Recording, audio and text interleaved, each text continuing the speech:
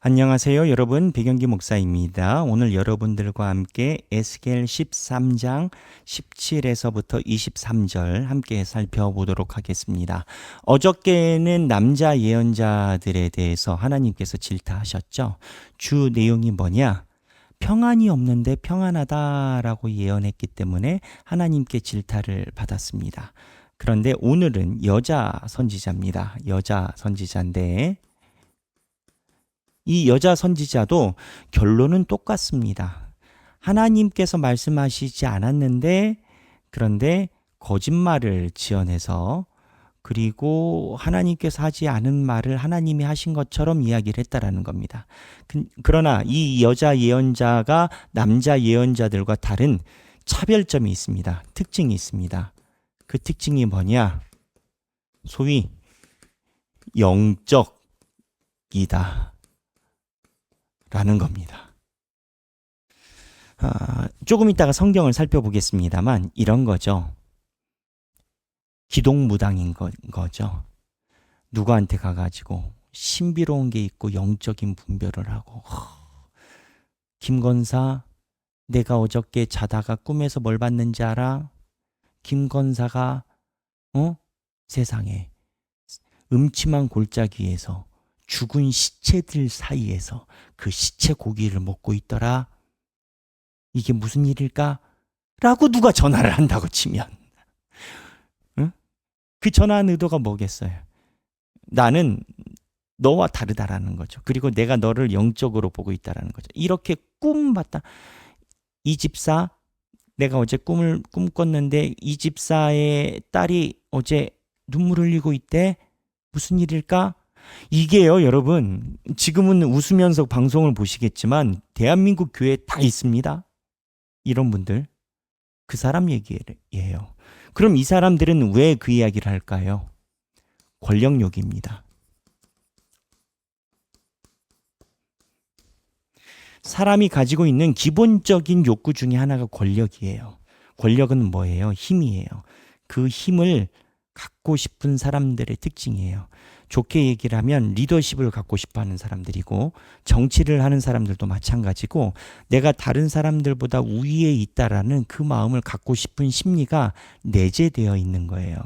그거를 하나님의 말씀이랍시고 본인들 말대로 그러니까 거짓말이죠. 이거를 하나님의 말이랍시고 거짓말을 내뱉는 현상을 지금 하나님께서 이야기를 하는 거예요. 이 여자 예언자들은요, 앞에 있는 남자들과 좀 달라요. 이런 차원에서 권력 욕구예요. 남자 예언자들은 평안이 없는데 평안이 있다. 사람들에게 잘 보이려고 좋은 얘기를 해줬다라면 이 거짓 예언하는 자들은요, 달라요. 좋은 소리만 하는 건 아니에요. 그런데 이 사람들은 권력 욕구예요. 그래서 이 권력 욕구로 하나님의 말씀이 아닌데 자기가 하나님의 말씀인 것처럼 얘기를 해요. 그러면 우리가 가지고 있는 타당한 질문이 있죠. 하나님의 말씀으로 예언하는지 아닌지 어떻게 분별하나요? 말씀으로 예언해요. 말씀으로 분별해요. 하나님의 말씀으로 분별하는 것이 가장 중요해요. 그러려면 어떻게 되느냐? 내가 말씀을 알아야 돼요. 내가 성경이 말하는 바를 알아야 돼요. 그래야 성경의 흐름을 알지 않겠습니까? 그래서 13장 17절 한번 내용을 하나하나 살펴보도록 하겠습니다. 먼저 13장 17절이에요. 17절 맞죠? 어저께 13절까지 읽었죠. 13절까지 읽었고 어제 읽은 14절 회칠한 담아 14절부터 이거 마저 읽으셔야 되겠네. 어제 회칠한 담 14절 말고 그 다음부터 쭉 더 읽었었어야 되는데 이와 같이 내가 내 노를 담고 회칠한 자들에게 모두 이루고 또 너희에게 말하기를 담도 없어지고 칠한 자들도 없어졌다. 남자 예언자들 회칠한 자 평안만 얘기를 한 자 이들은 예루살렘에 대하여 예언하기를 평강이 없으나 평강의 묵시를 보았다고 하는 이스라엘의 선지자들이니라. 주 여호와의 말씀이니라.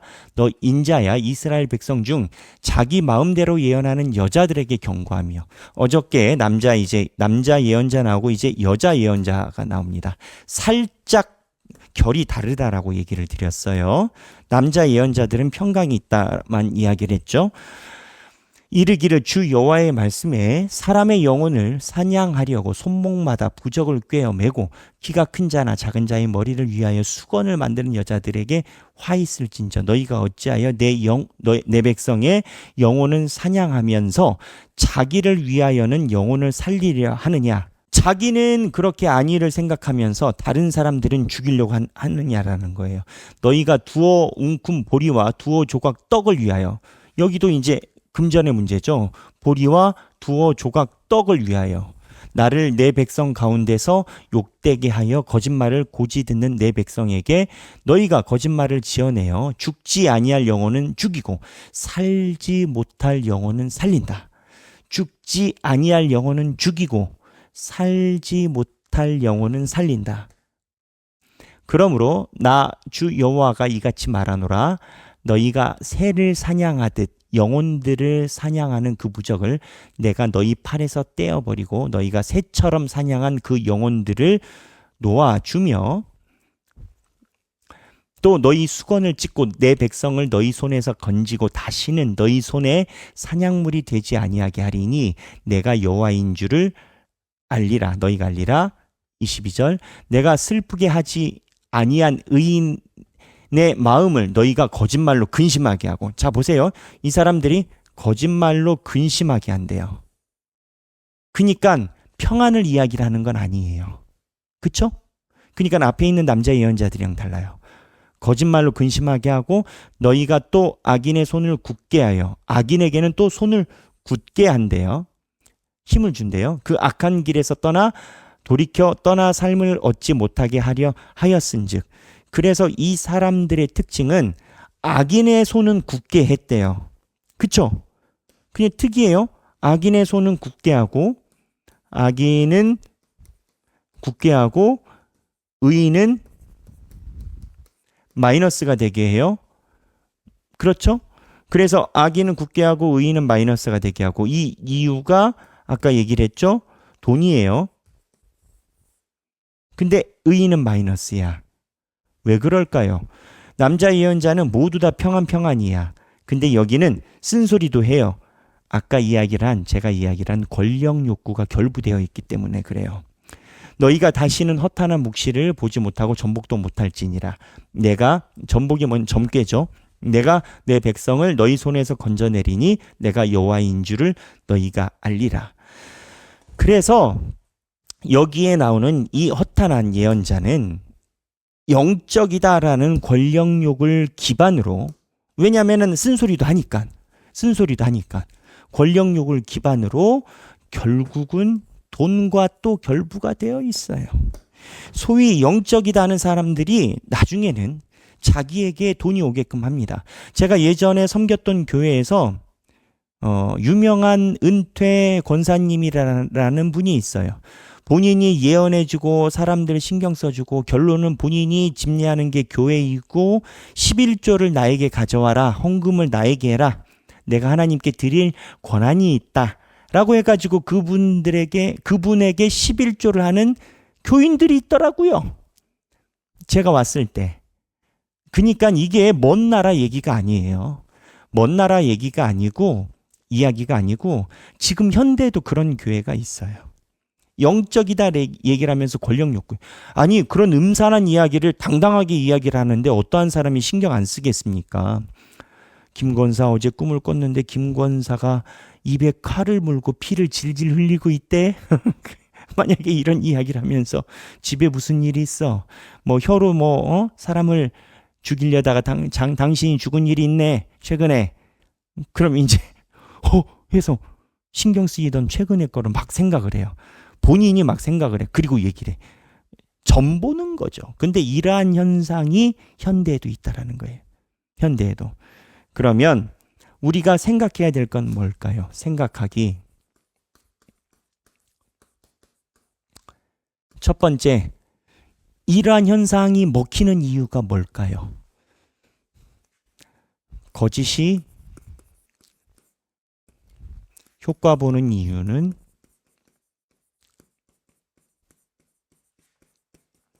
영적 편식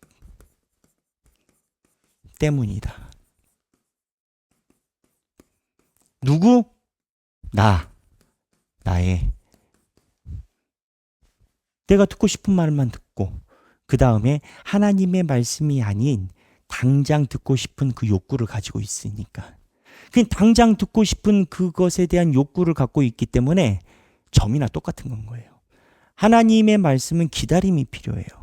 그래서 이 내용이 하나가 있고, 두 번째, 이거를 거짓을 분별하는 방법.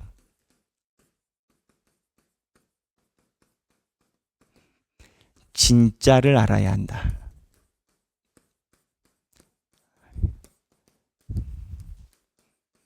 말씀. 제가 미국에 유학 갔을 때가 벌써 오래됐습니다. 2008년이니까. 뉴욕에 있을 때 은행에 근무하는 분이 있었어요. 그때만 해도요, 미국에 100달러짜리 지폐가 있는데, 100달러짜리 위조 지폐가 많았습니다. 100달러니까 우리나라는 5만 원이 가장 고액권인데, 100달러면은 1,000원으로 칠 때 10만 원이니까 큰 돈이죠. 그래서 교회에서 헌금 개수위원회, 은행에서 근무하시는 분이 있으면 꼭 들어가곤 했습니다. 왜냐하면 이렇게 쭉 개수하다가 위조 지폐가 탁 나타나거든요. 그 위조 지폐가 제가 있었던 교회에서도 몇 번 봤어요. 한 번이 아니라 몇 번 봤어요. 그리고 이 위조 지폐를 교회 와서 헌금하시는 분들의 특징이 있어요. 이제 나중에 전문 사기꾼들은 위조 지폐를 가지고 와가지고, 아니 제가 이거를 소액으로 바꿔서 헌금하고 싶습니다. 교회 와가지고, 교회 사무실 와서, 또는 돈 있어 보이는 분한테 가가지고 이것 좀 바꿔주실 수 있나요? 라고 해가지고 그거를 들이대요. 그럼 그분이 돈이 있으니까 그렇죠, 저 잔돈이 있습니다 하고 100달러 받고 20불짜리 5개 줘요. 그러면 이 사람이 사기당한 거죠. 이 수법이 그때 한참 많이 있었어요. 한국에도. 한국은 이제 수표 가지고 하는 건 거죠. 근데 이거 분별법이 뭐냐? 은행을 다니는 사람들이 하는 얘기가 진짜 지폐를 잘 알아야 위조를 가려낸대요. 진짜 지폐를 많이 만져본 사람이 위조를 알아요. 무슨 얘기냐? 거짓 선지자나 이러한 것에 휘둘리는 이유는 본인이 진짜를 몰라서 그래요. 그게 뭐냐? 하나님의 말씀이에요. 하나님의 말씀인 진짜를 알아야 흔들리지 않아요. 그리고 이것이 말씀이 모든 것의 기준이 되어야 된다라는 거예요. 그리고 네 번째 중요합니다. 네 번째 정리인데, 자, 지금 거짓 예언자 회중들에 대해서 계속 나왔어요. 어디서부터 나왔냐? 여기서부터 나왔어요. 회중에 대해서 하나님께서 이야기를 하시는 것 거짓 예언자. 회중은 안 이루어진다라고 이야기를 했고 아직 아니다. 그 다음에 거짓 예언자는 남자 여자 나왔고, 여기는 평안, 여기는 권력 욕구로 사람들에게 죽이고 살리고, 이 모든 거예요. 그리고 에스겔이 있어요. 우리가 하나님의 말씀과 동행할 때,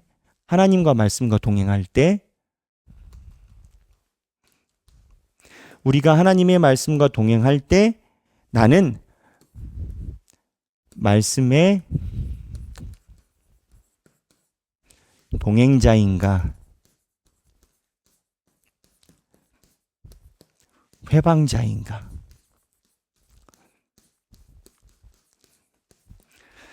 바늘 도둑이 소도둑 된다라는 이야기가 있습니다. 바늘을 한번 훔쳐본 사람이 나중에 이게 자꾸 늘어서 속까지 훔친다라는 이야기죠. 처음에는 미세할지 모르나 시간이 지날수록 그 심각성이 커진다 이야기를 할 때 바늘 도둑이 소도둑 된다라는 이야기를 우리 속담에서 쓰곤 합니다. 무슨 얘기냐? 지금 여기에 나오는 모든 내용들이 우리가 하나님의 말씀에 대한 에스겔과 같은 동행자인지, 아니면 우리도 여기에 나오는 회방자들과 같은지 한번 생각해 볼 필요가 있습니다. 오늘 생각하기 내용 4가지입니다. 여러분 묵상해 보시고 하나님이 주시는 음성을 따라서 묵상을 따라가시면 좋겠습니다. 오늘 13장 17절에서부터 23절. 근데 읽기는 아까 14절부터 읽었죠? 네, 13장 어저께에 이어서 읽으니까 14절부터 23절까지 성경 읽기 하시고 행복한 하루 되시길 바랍니다. 감사합니다.